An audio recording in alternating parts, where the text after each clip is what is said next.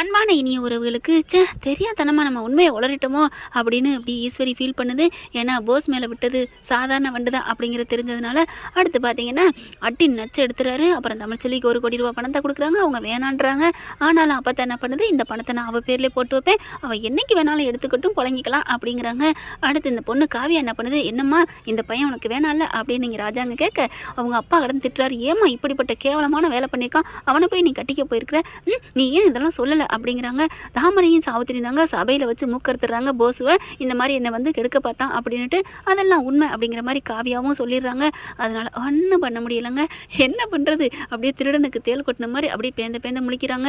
ராஜாங்க சொல்லிடுறாரு, அவன் ஒரு பொறுக்கிமா நல்லவனே இல்லை, அவனை நீ ஏற்றுக்கிறியா?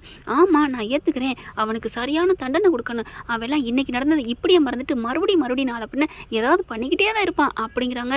வேறு வழியே இல்லை, பொண்ணே கல்யாணத்துக்கு சரின்னு சொன்னதுனால மற்றவங்க என்னங்க பண்ண முடியும், சரின்னு சொல்லிடுறாங்க. தாலி கட்டுறதுக்கு சம்மதிக்கிறாங்க. சும்மா ராஜாங்க உங்கள் வீட்டு அடி எங்கள் வீட்டு அடிக்கலங்க, யாரையுமே கேட்கும்ல, அடின்னு சும்மா போஸை பிரித்து மேஞ்சிடுறாரு. யாரும் ஒன்றும் பண்ண முடியலை. மாமான்னு ஆத்தாக்காரி அதாங்க, அதாவது கதைக்கு வில்லியாக இருக்கலாம், அந்த பெத்த மனசுங்கிறது துடிக்குது பார்த்தீங்களா. தாய்மைக்கு மிஞ்சினது எதுவுமே இல்லை இந்த உலகத்துலன்னு சொல்லுவாங்க. அந்த நிமிஷம் நான் வந்து எல்லா இடத்துலையும் நான் அடுத்தவங்க இடத்துலையும் நான் நின்று யோசிப்பேன், அதை வச்சு தான் நான் யோசிக்கிறேன். வில்லிங்கிறனால அப்படி தாண்டி இப்படி தாண்டி என்னடி நீ யோசிக்கிற, உன் மகளுக்காக உன் மயனுக்காக கெஞ்சிரியா அப்படின்னு வாய் சொன்னாலும் இந்த மனசுங்கிறது உள்ளார்ந்து யோசிச்சு என் மனசு யோசிச்சுங்க. ஆமாங்க, தாய்ங்கிறது அப்பேற்பட்ட உன்னதமானது அப்படிங்கிறத இந்த கட்டத்தில் உணர்ந்தேங்க. அப்படி துடிக்குதுங்க போஸுக்கு, அப்படி ஒவ்வொரு கட்டமும் துடிக்குது தான். இருந்தாலும் அதான் உண்மையிலே அம்மா தாங்க. கரெக்டாக இல்லை எனக்கு மனசில் சொல்லுங்கள். அப்புறம் தான் சரி போனால் போதுன்னு இந்த பிள்ளையை தாலி கட்டிக்கிறீங்களா, தாலியும் கட்டிடுறாங்க, கல்யாணம் முடிஞ்சிருதுங்க. வேறு வழியே இல்லை. அப்படி என்ன பண்ணுறது, ஒரு பொண்ணை கல்யாணம் பண்ணி வச்சாச்சு. ஆனால் இந்த பொறுக்கின்னு தெரிஞ்சுதான் மலரை வந்து ஒதுக்கி வச்சாச்சு போல இருக்குது. அதாவது மலர் இந்த பயலை ஒதுக்கி வச்சிருச்சு. அடுத்து என்ன, கல்யாணம் எல்லாம் முடிஞ்சிருச்சு. அப்பா அத்தாவும் பார்க்குறாங்க. உன் தலையில் நீயே மண்ணலி போட்டுக்கிட்டியடி அப்படிங்கிறாங்க. இல்லைம்மா இன்னைக்கு இனிமேத்தம்மா அவனுக்கு இருக்குது. ஏம்மா ஊராளுக திருத்துறதுக்கு நீ உன் வாழ்க்கையாடி அடகு வைப்ப, இதை நான் நினச்சேங்க. உனக்கு தேவையாம்மா இந்த காவியா, இந்த வேலை, இந்த பொழப்பு, மானங்கிட்ட பொழப்பு எதுக்குன்னு சொல்கிற மாதிரி இந்த பையலை நீ திருத்தி அவனோட வாழணும் அப்படின்னு தெரிஞ்சு ஒரு பொண்ணுங்க வாழ்வாங்க. ஒருத்தன் கெடுத்துட்டான், அந்த கெடுத்துட்டாலும் கூட எனக்கு வேணாம் இந்த கெட்டவன் அப்படின்னு தான் சொல்லுவாங்க. ஆனால் கேவலமானவன், மகா கேவலமானவன் தெரிஞ்சும் மறுபடியும் இந்த பிள்ளை எப்படி வாழ்க்கை கொடுத்துன்னு தெரியல. ஆக மொத்தம் அவன் திருந்த போறதுன்னு தெரிஞ்சும் இந்த பிள்ளை வாழ்க்கை அதுவும் 2ஆம் தரம் வேற. இனிமே நீ 3ஆம் தரமா அந்த பிள்ளை கல்யாணம் பண்ணும், போனா போகுதுன்னு சொல்லி வாழ்க்கை கொடுக்குற மாதிரி விட்டுட்டு அவங்க அப்பா அம்மாவும் எப்படியோ உன் வாழ்க்கையை நீ பார்த்துக்க காவியா அப்படின்ட்டு போயிடுறாங்க. அப்படியே ராஜாங்க பார்க்குறாரு, ஏம்மா இப்படி உன் வாழ்க்கையை நீயே கெடுத்துக்கிட்டியம்மா, குழி தோண்டி நீயே விழுந்துக்கிட்டியா அப்படிங்கிறாங்க. சேது பார்க்குறாரு, என்ன உனக்கு சொல்கிறது போ அப்படின்ட்டு போகிறாங்க. அடுத்து போனதுக்கப்புறம் தமிழ்ச்செல்வி நீ எங்கே போகிற அப்படின்னு கேட்க, நான் எங்கள் வீட்டுக்கு தான் எங்கள் ரூமுக்கு போகிறேன் அப்படிங்கிறாங்க. அப்பா அப்போ தான் வருது, என்னப்பா தமிழ்ச்செல்வி இன்னமும் ஏப்பா அங்கே இருக்கணும், எவ்வளோ பெரிய தப்பு பண்ணிட்டு தெரிஞ்சா நம்ம போஸ் இந்த மருந்தை கொடுத்து காப்பாற்றினான்னு தெரிஞ்சோன்னே வீட்டுக்குள்ளே சேர்த்துக்கலையா, அவனோட சேர்த்து அவங்க ஆத்தாவையும் அக்காவையும் கூட்டம் இல்லையா. அதே மாதிரி பாவம் இல்லையா தமிழ்ச்செல்வி, அவள் என்ன பண்ணா, ஆத்தா கர்ப்பம்னு போய் சொன்னதை மெயின்டைன் பண்ணா, அவ்வளோதான் அப்படிங்கிற மோகனா வந்து, ஆமாங்க உங்ககிட்ட இன்னொரு உண்மை சொல்லணும், அவள் ஒன்றும் போய் சொல்லலைங்க, மறைக்கலைங்க. என்ன சொல்கிற, என்கிட்ட வீட்டுக்கு வந்தானே சொல்லிட்டாங்க. என்ன சொல்கிற மோகனா, ஆமாம் எப்படியாவது நீ மாதம் ஆயிரு, என்ன பண்ணுறது, என் புள்ள சேது வந்து உன் மேலே தான் உயிராக இருக்கான், உன்னை தவிர எந்த பொண்ணையும் ஏறெடுத்தும் பார்க்க மாட்டான்னு அத்தை சொன்னதுனால தான் நானும் பேசாமல் இருந்தேன், அத்தைக்கு தெரியும் அப்படிங்கிறாங்க. அப்படியே ராஜாங்க முறைக்கிறாரு, என்னை மன்னிச்சிருங்க அப்படிங்கிறாங்க. நீங்கள் கூட மறைச்சிட்டே இல்லை. உடனே அத்தாக இருந்துட்டு, டே ராசாங்க விடு, என்ன பண்ணுவா இப்போ, என் மகளையும் என் மருமகளையும் திட்டுற, அவள் நல்லது தான் பண்ணியிருக்கா, அன்னைக்கே உண்மை தெரிஞ்சுதான் ஏன்னா என் பேத்தியை விரட்டி விட்டுருப்பீங்களடா அப்படிங்கிறாங்க. என் பேத்தி தங்க பேத்தி இந்த வீட்டுக்கு எப்போவுமே கௌரவத்தை தான் இருக்கணும்னு நினைப்பா அப்படின்னு சொல்லிட்டு, இப்போ என்னடா அங்கெல்லாம் இருக்கக்கூடாது, என் பேத்தி இங்கே தான் இருக்கணும் அப்படின்னு சொல்கிறாங்க. ராஜாங்கமும் சரிடா சேர்த்து, என் மருமக இங்கே தான் இருக்கணும், என் உயிரை காப்பாற்றிருக்கா, அவள் இங்கே தான் இருக்கணும் அப்படிங்கிறாங்க. ஆனால் நம்ம தமிழ்ச்செல்வி என்ன பண்ணுது, இல்லைம்மா நான் அங்கே இருக்கிறதா எனக்கும் பிடிச்சிருக்கு, கேஸ் முடிகிற வரைக்கும் நான் அங்கே இருக்கிறீங்களே, கேஸாவது கூசாது என்னடி நினச்சிட்டு இருக்க, வாடி போய் பெட்டி படிக்கலாம் எடுத்துட்டு வாங்கடி அப்படின்றாங்க. அதுக்கப்புறம் ஒன்றும் பண்ண முடியல. மலரு தங்கச்சி தானா, என்னாச்சு போய் எல்லாத்தையும் இங்கே எடுத்துகிட்டு வா, இனிமேல் இங்கே தான் இருக்கணும் அப்படிங்கிறாங்க. அதுக்கப்புறம் இல்லை மலர் இருக்குல்ல, மலர் அங்கே இருந்துக்கிட்டும், நீ வேணா இங்கே எடுத்துகிட்டு வந்துரு எல்லாத்தையும் அப்படிங்கிறாங்க. மலருக்கு எல்லா பொருளையும் அங்கே இருக்கட்டும் அப்படின்றாரு சேது. இங்கே பாருமா மலர், இந்த பொருள் எல்லாத்தையும் நீ யூஸ் பண்ணிக்கோ, நீ இங்கே இருந்துக்கோ, உனக்கு துணைக்கு வேணா என் அவளை இங்கே இருக்க சொல்லிக்க அப்படிங்கல. ஆனால் அந்த பிள்ளை என்ன பண்ணுது, மலர் இருந்துட்டு இல்லை வேணாம் பாவம் அவங்க அம்மா அப்பா வீட்டுக்கு போய்கிட்டோம், நான் இங்கே இருந்துக்கிறேன் அப்படிங்கிறாங்க. அப்புறம் அம்மாச்சி பார்க்குது, வேணா உனக்கு துணை நான் இருக்கேன்டி மலர். ஐயோ அம்மாச்சி எனக்கு அதெல்லாம் ஒன்றும் பெருசு இல்லை, நான் இங்கே இருந்துக்கிறேன், வேணா எங்கள் அப்பா வேணா கூப்பிட்டு வந்து வச்சுக்கிறேன் அப்படிங்கிறாங்க. அடுத்து தமிழ்ச்செல்வி ரூம்குள்ளே கூட்டி போக சொல்லிடுறாங்க. கூட்டிகிட்டு போனேன், இங்கேயும் பஸ் நைட்டா அங்கேயும் பஸ் நைட்டா அப்படிங்கிற மாதிரி இருக்குது. ஆனால் அப்படியே தமிழும் சேதும் அடடா சொர்க்க வாசலுக்கு போகிற மாதிரி உள்ளுக்குள்ளே கதவை சாத்திட்டு அலேக்க அப்படியே தூக்கிட்டு போயிடாருங்க நம்ம தமிழ்ச்செல்வியை. அப்படியே தூக்கிட்டு போனதையோட அப்படி கிருன்னு அப்படியே ராராட்டு பண்ண மாதிரி சுற்றி அப்படியே மெத்தையில் போடுறாரு. அப்படி பார்க்குறாங்க, அப்படியே முறைக்கிறாங்க. எதுக்கடி முறைக்கிற அப்படின்னு கேட்க, ஒன்றும் இல்லை என் மேலே இப்போ தான் உங்களுக்கு பாசம் வருதா? அதெல்லாம் பாசம் எப்போ வந்துருச்சு அப்படிங்கிறாரு. எனக்கும் தெரியுமே அப்படிங்கிறாங்க. எப்படி தெரியும்? பாசம் பார்சலில் வந்துச்சுல அப்போவே தெரியும். பார்சல்லையா?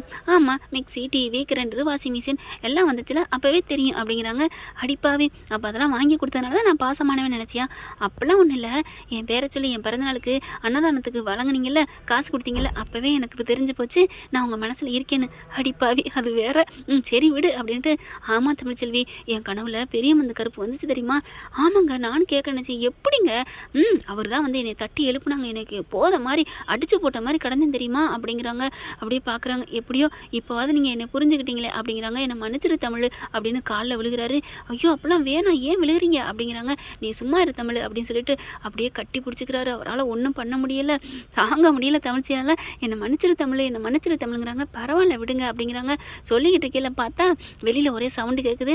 அங்கே என்னடான்னு பார்த்தா இவங்க மெல்ல ரூமுக்குள்ளே போகிறாரு. போஸு பயந்து இவங்க ஆத்தாலும் மகளும் அட்வைஸ் பயங்கரமாக பண்ணியிருக்கிறாங்க. இங்கே பாருடா, அவள் என்ன பேசினாலும் சரி காலில் விழுந்து மன்னிப்பு கேட்டுரு, காலடியிலே கடை, கொஞ்ச நாளைக்கு அடங்கிப்போ, 8.5 வட்டிக்கும் குடும்பம் எப்படி இல்லைன்னா காலை பிடின்னு சொல்லுவாங்க, நீ 8.5 வட்டிக்கும் காலை பிடி, அதுக்கப்புறம் ஏறிக்கிட்டு மிதிக்கலாண்டா அவளா வந்து வலையில் விழுந்துருக்கா, விட்டுறக்கூடாது என்ன அப்படிங்கிறாங்க. சரிம்மா, ஆனால் இப்போ எகிரிடாதடா, என்ன சொன்னாலும் நீ அடி வாங்கடா, ஒரு புழு மாதிரி பிறண்டு காடடா, அவள் எவ்வளோ வேணாலும் அடித்து ஓயட்டும், ஓஞ்சதுக்கப்புறம் கை ஓஞ்சு வை கிடப்பால, அப்போ எடுத்து எல்லாம் கடிச்சு திங்கலாம் அப்படிங்கிறாங்க. சரிம்மா அப்படின்ட்டு போகிறாரு. போனோன்னா அப்படி கால் மேலே கால் போட்டு ஆணவத்தில் உட்காந்துட்ருக்கு. அப்படி போசு போகிறாரு. போயிட்டு என்னை மன்னிச்சிரு அப்படின்ட்டு காலில் விழுகிறாங்க. கவியா என்னை மன்னிச்சிருமா, டி போடா அப்படின்னு ஒரே மிதிச்சவனு பொத்துக்கடின்னு கீழே விழுகிறான். அம்மா அப்படின்னுட்டு, என்ன எங்கே வந்திருக்கிற அப்படின்னு சொல்லி, இல்லை அது வந்து என்ன இந்த ரூமு டெக்கரேஷன் இதெல்லாம் பார்த்து ஃபர்ஸ்ட் நைட் நமக்கு சம்மதிச்சிட்டா காவியா, அவள் ஒன்றும் சொல்ல மாட்டா அப்படின்னு நினச்சி வந்தியா உள்ளுக்குள்ளே? அப்படிலாம் இல்லை காவியா அப்படின்னு சொல்ல, இங்கே பார் மரியாதை கெட்டுரும், மரியாதை வீட்டை விட்டு ஓடி போயிரு, வெளியில் ஓடிடு அப்படின்னு சொல்லல. இல்லை காவியா, எல்லாரும் அசிங்கமாக தப்பா, என்னது அசிங்கமாக தப்பாக நினைப்பாங்களா உனக்கு அப்படின்னு ஒன்று இருக்கா? இல்லை காவியா, உன்னை ஏதாவது என்ன ஏதாவது தப்பா நினச்சிருவோன்னு உனக்கு ஏன் மேலே அக்கறையா? ஆமாம் காவியா, அப்படிப்பட்டவன் இப்படி ஒரு வேலை பண்ணுவியாடா? ஏண்டா நான் தான் வீட்டில் அப்படியே லைசன்ஸ் வாங்கி வச்சுருக்கேன்டா, உன்னை நான் கொடுமைப்படுத்த போகிறேன், எப்படி உன்னை நான் கொடுமைப்படுத்தியே உன்னை சித்திரவதை பண்ண போகிறேன், அணுவாக சித்திரவதை பண்ண போகிறேன்ட்டு உன் பெரியப்பன்ட்டே நான் வந்து சர்டிஃபிகேட் வாங்கி வச்சுருக்கேன்டா. சர்டிஃபிகேட் இல்லை, முன்ஜாமீன் வாங்கி வச்சுருக்கேன், அதனால் நான் என்ன வேணாலும் பண்ணுவேன், இப்போ மரியாதையாக போ அப்படின்னு சொல்லிட்டு கதவை திறந்து தள்ளுறாங்க. அப்படியே ஒரு தலானி தூக்கி போடுறாங்க. போனால் போதுன்னு ஒரு போர்வை தூக்கி போகிறேன், இந்தா ஓடி போயிரு அப்படிங்கிறாங்களா. அப்படியே அந்த போர்வையும் அந்த தலகாணி எடுத்துகிட்டு வெளியில் வரான். மரியாதையாக வாசலில் வறண்டாவில் தான் படுக்கணும், உன் ஆத்தாக்கிட்ட போய் படுத்தேன் நான் வெளியில் வந்து பார்ப்பேன், அங்கேயே உன்னை நெஞ்சில் அப்படியே மஞ்சா சோத்தை எடுத்துருவேன். இல்லை காவியா நான் வெளியிலே படுத்துக்கிறேன் அப்படின்னு வெளியில் போய் வறண்டாவில் படுக்கிறாரு. போர்வையை விரிச்சுக்கிறாரு, தலானியை போட்டு படுக்கிறாரு. கொசு கடிக்குது. ஐயோ அம்மா அப்படின்னு சொல்லிட்டு அப்படியே வர்றாங்க. வெளியில் வந்து பார்க்குறாங்க. காவியா நான் இங்கே தான் படுத்திருக்கேன், காவியா நான் இங்கே தான் படுத்திருக்கேன் அந்த இது அப்படின்ட்டு உள்ளார போகுதா. அதுக்கப்புறம் போர்வை கொசு கடிக்கவும் அம்மாட்ட போய் போர்வை கேட்போமா அப்படிங்கல. அம்மா அப்படின்னு போய் ரூமை தட்டுறான். என்னடா எனக்கு ஒரு போர்வதம்மா, ஏன்டா போத்திக்கணுமா, எதுக்குடா, அவன் இந்த மாதிரி பண்ணிட்டாமா, ஐயோ இந்த பாடு படுத்துறாளே. சரிடா நீ போ, நான் போய் இது போர்வை எடுத்துகிட்டு வரீங்கல்ல. டக்குன்னு வெளியில் வரோம். ஐயோ வந்துட்டாமா அப்படின்னு சொல்லிட்டு வெளியில் வந்து வராங்க. வந்து படுத்துக்கிறேன். அப்புறம் போர்வையை கொடுக்குறாங்க, போத்திக்கிறாங்க. இது ஒரே சலசலப்பாக சத்தமாக இருக்கே, என்னவா இருக்கும் அப்படின்னு எல்லாரும் வெளியில் வந்து பார்க்குறாங்க. போஸ் வெளியில் கிடக்குறான். பார்த்தா நான் ஆடி போகிறாங்க. என்ன இது அப்படிங்கிற ராஜாங்கம் வெளியில் வராரு. இது நடந்த கதை தானே, இதை தான் அவள் தான் பர்மிஷன் வாங்கிட்டாலே, அதனால் போஸு உன்னை ஒன்றும் பண்ண முடியாது அப்படின்னு சொல்லிட்டு எல்லா ரூம்குள்ள அவங்கவுங்க போயிடுறாங்க. பாவம் போஸு வீதியிலே படுத்து கிடக்குறான். போஸுக்கு இது கண்டிப்பாக வேணும் தானங்க. எத்தனை பொண்ணுங்க வாழ்க்கையில், எத்தனை பேரோட வாழ்க்கையில் விளையாண்டுருக்கான். என்ன ஃப்ரெண்ட், இப்படி போனால் சூப்பராக தானே இருக்கும். பார்க்கலாம் என்ன நடக்க போகுதுன்னு. இந்த பற்றி உங்களுக்கு பிடிச்சிருந்துச்சுன்னா உங்கள் பொண்ணான கையில் ஒரு லைக்கை போட்டு சப்ஸ்கிரைப் பண்ணிடுங்க. Thank you friends.